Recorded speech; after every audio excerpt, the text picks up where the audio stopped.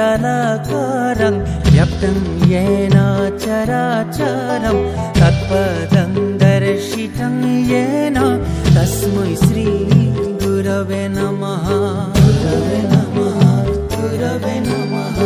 अखण्डमण्डलाकारं व्याप्तं येन चराचरं तत्पदं दर्शितं येन तस्मै श्री गुरवे नमः।